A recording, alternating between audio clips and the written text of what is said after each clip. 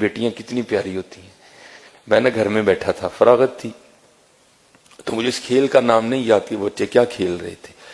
وہ کو پرچیاں ڈالی تھیں، ایک پرچی پہ لکھا تھا بادشاہ، ایک پہ لکھا تھا وزیر، ایک پہ لکھا تھا قاضی، اور ایک پہ لکھا تھا چور۔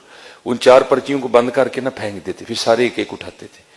اب جس کے حصے میں بادشاہ کی پرچی آئی وہ بادشاہ بن گیا، جس کے حصے میں قاضی کی آئی وہ قاضی بن گیا، جس کے حصے میں وزیر کی آئی وہ وزیر، اور ایک کے حصے میں آنی ہے چور کی۔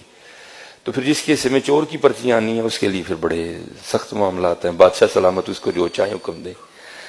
اب جو میرا بڑا بیٹا ہے اس نے کیا کیا ہوا ہے، اس نے پرچی کو نا تھوڑا سا پھاڑ دیا ہے بادشاہ والی کو۔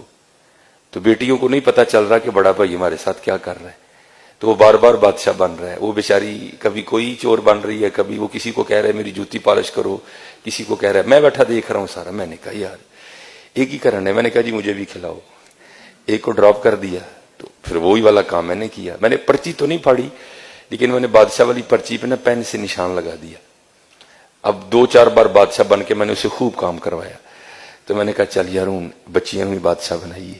تو میں نے اپنی بڑی بیٹی کو کہا کہ یہ جس پہ نشان لگا نا تو نے یہ پرچی اٹھانی ہے۔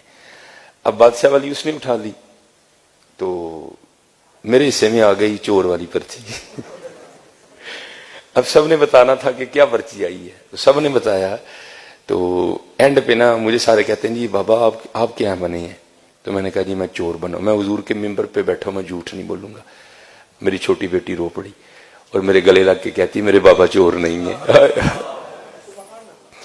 میرے گلے لگ کے رو پڑی، خدا میں ممبر پہ بیٹھا ہوں حضور کے، میں جھوٹ نہیں بول رہا۔ حالانکہ میں ایسی باتیں نہیں سناتا، یہ آپ کی دلجوئی کے لیے سنا رہا ہوں کہ بیٹیوں کے لیے کبھی ایسا فکرہ نہیں بولنا، یہ رحمت ہوتی ہے۔ میں ممبر پہ بیٹھا کہہ رہا ہوں، میرا اللہ گواہ ہے اس بات کا۔ ہاں میں ایسی باتیں نہیں سناتا۔ وہ میرے ساتھ لگ کے نہ رو پڑی، حقیقتاً رو پڑی، اور کہتی میرے بابا چور نہیں ہے۔ یہ رحمت ہے، بیٹیوں سے محبت کرو۔